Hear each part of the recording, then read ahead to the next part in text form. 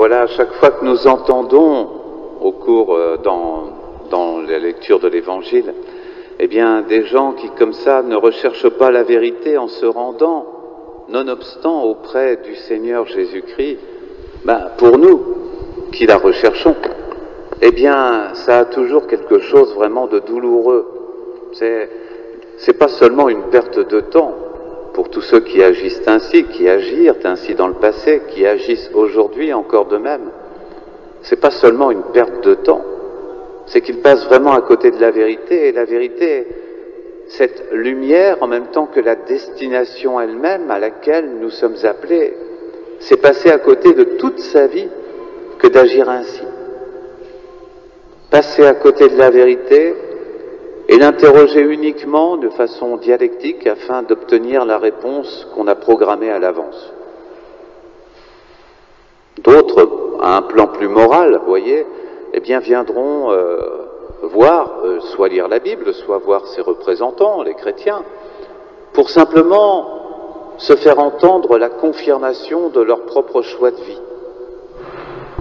Donc ça peut être n'importe quoi, ça peut être la liberté, l'amour suprême, au nom duquel on peut faire tout ce qu'on veut, vous voyez, ce genre de lecture tronquée.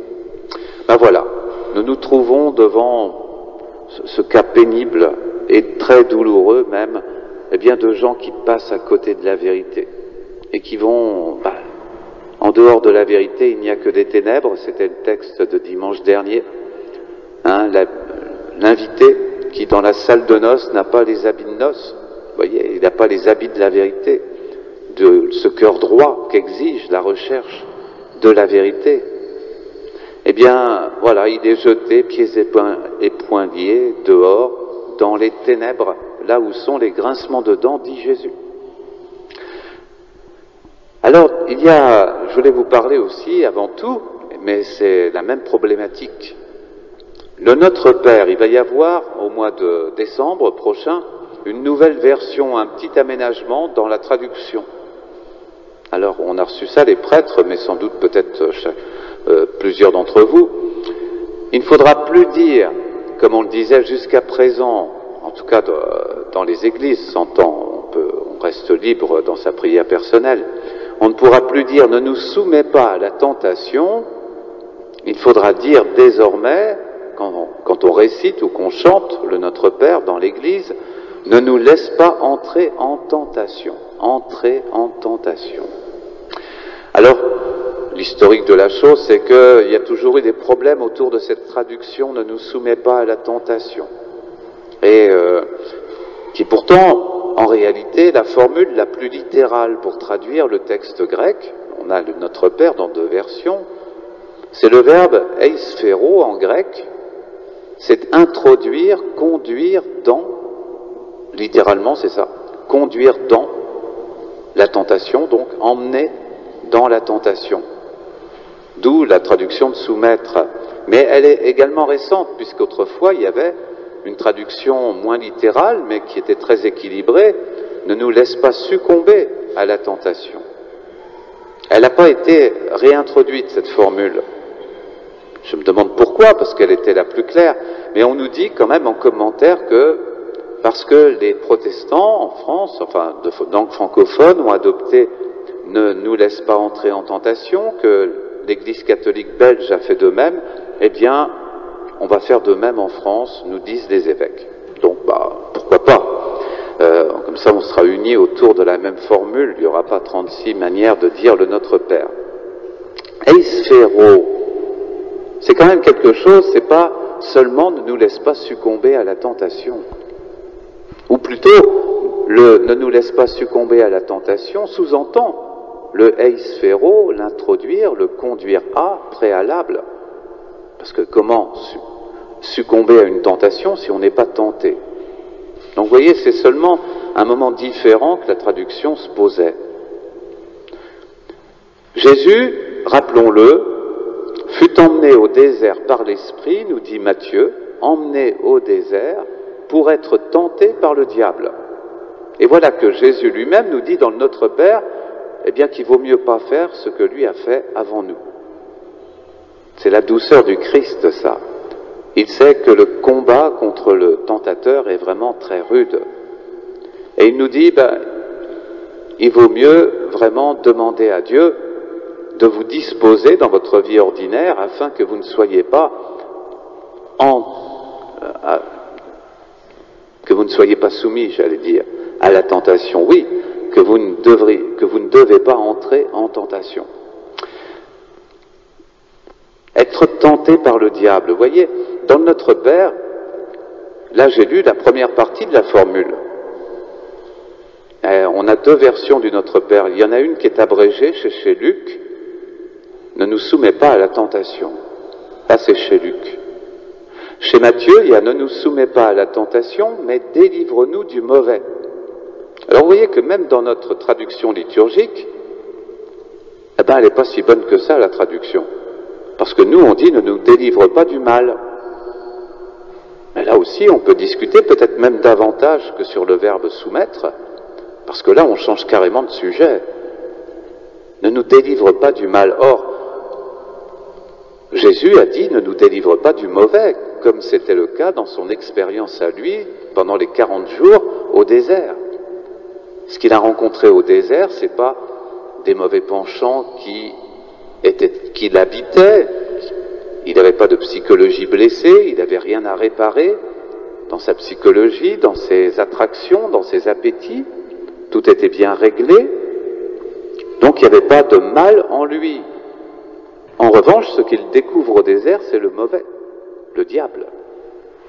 Et il nous dit donc, en fait en un seul tenant,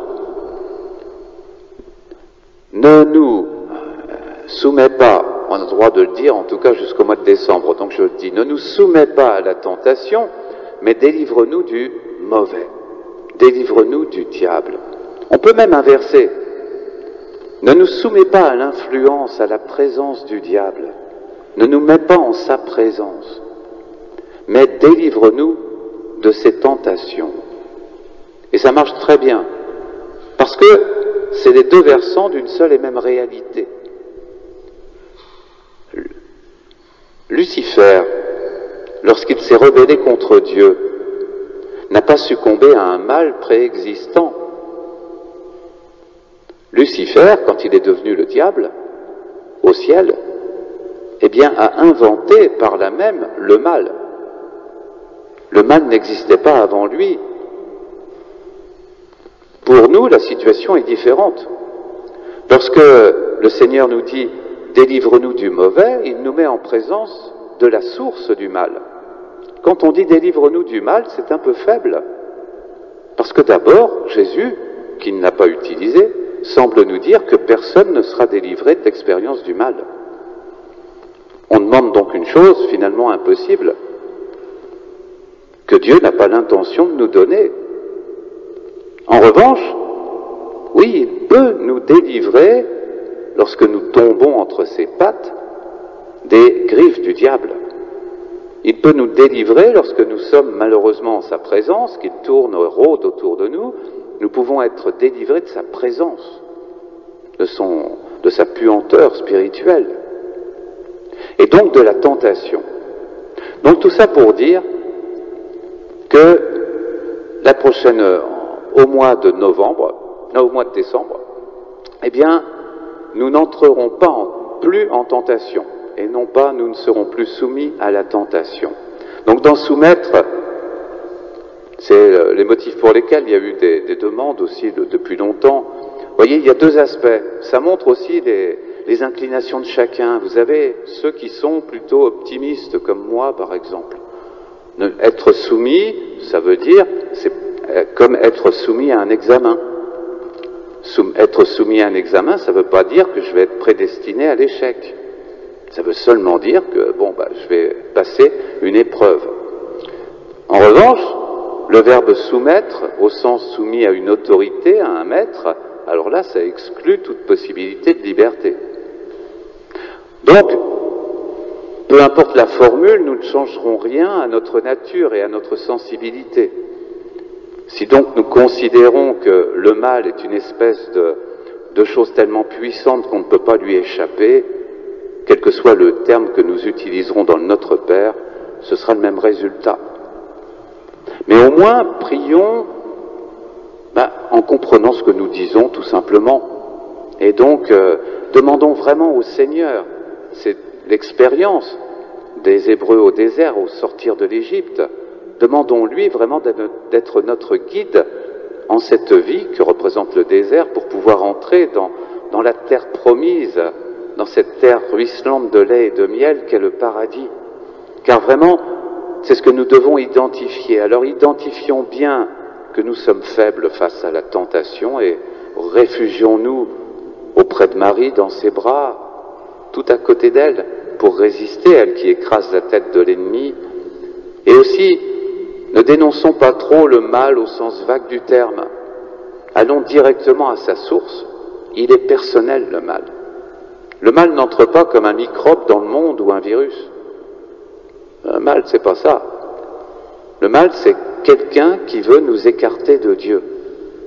Quelqu'un de terriblement intelligent et efficace. Et ça, voilà ce qu'est véritablement le mal, c'est-à-dire qui est véritablement le mauvais, le diable. Les pharisiens tentent Jésus, ils sont des diables à leur tour.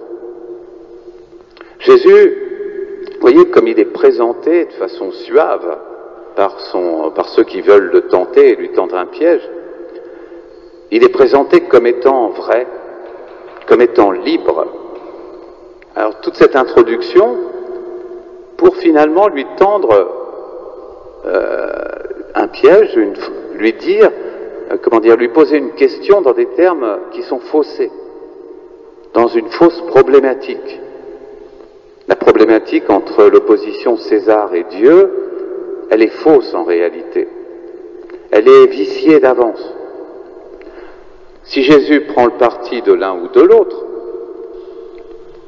eh bien, de toute façon, il chute. Vous voyez, c'est ça le piège, et c'est ça ce qui fait l'essentiel du mauvais, justement, dont je parlais à l'instant. Le tentateur, le diable, et tous ceux qui tentent, comme à sa suite, tous ses enfants, en quelque sorte, eh bien, ceux-là vous tentent toujours par le mensonge, bien sûr, mais la flatterie initiale a pour but de faire tomber, de donner confiance, afin de tomber dans cette fausse problématique. Nous, chrétiens, nous n'avons pas à choisir entre César et Dieu.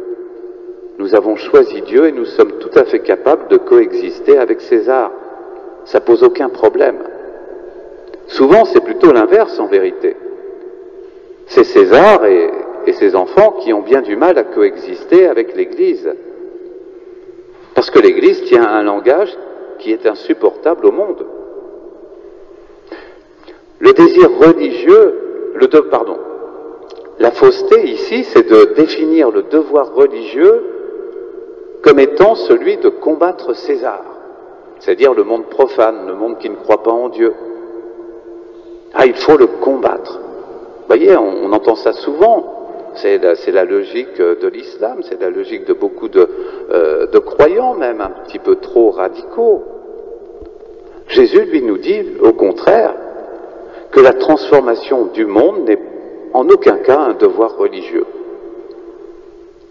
Ça ne veut pas dire qu'il ne faut pas s'en occuper, mais ce n'est pas ce que Dieu nous demande, ce n'est pas la condition qu'il nous pose pour nous conduire au salut. Si aucun d'entre nous n'a fait d'effort pour ne pas polluer la planète, au jugement dernier, Dieu ne nous demandera aucun compte de cela.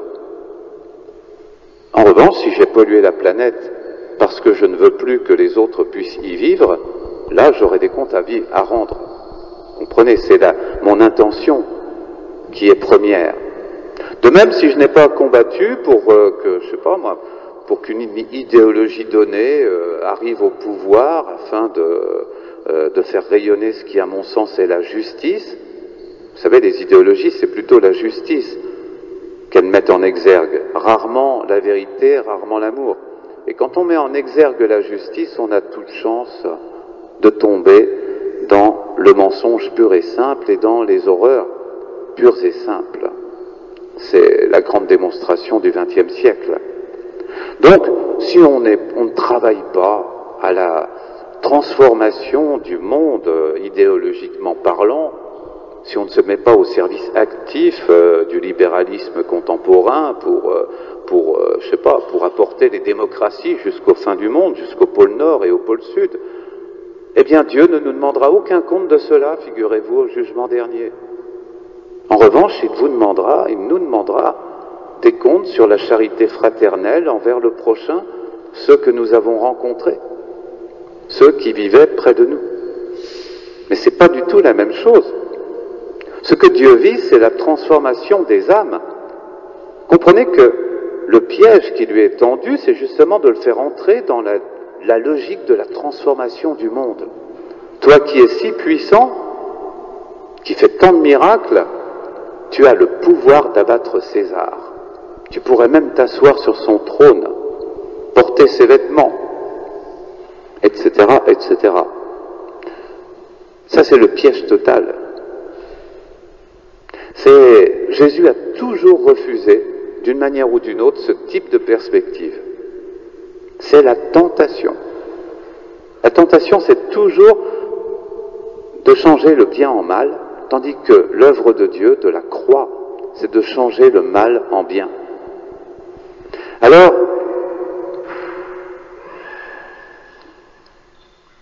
Jésus répond bien sûr, rendre à César ce qui est à César, en contemplant la simple effigie de la pièce. C'est la liberté de Jésus envers le monde et ses lois. Et voyez, parce que selon le Christ lui-même, le royaume de Dieu ne peut pas intégrer César. Alors quelle que soit notre bonne volonté, il y en a même qui usent du terme de charité pour dire il faut travailler au monde, il faut que le monde soit intégré au royaume de Dieu. Eh bien tout cela, c'est la logique de ceux qui tendent un piège à Jésus. Le monde au sens johannique du terme, pas les gens. Le monde, son fonctionnement, on dirait aujourd'hui les banques, on dirait aujourd'hui les États, les armées, les structures étatiques. Tout ça, ça n'a rien à voir avec le royaume de Dieu. On pourrait garder les mêmes structures si elles sont aux mains de croyants. Elles feront la promotion et elles engendreront un monde qui est beau et habitable. Si elles sont aux mains de gens qui ne pensent le contraire des croyants, qui ont leur ego comme maître, eh bien ça devient un monde inhabitable, un monde divisé, un monde de souffrance et de ténèbres. Les mêmes structures. Les structures, c'est comme la matière, ça n'a pas d'avenir dans l'éternité.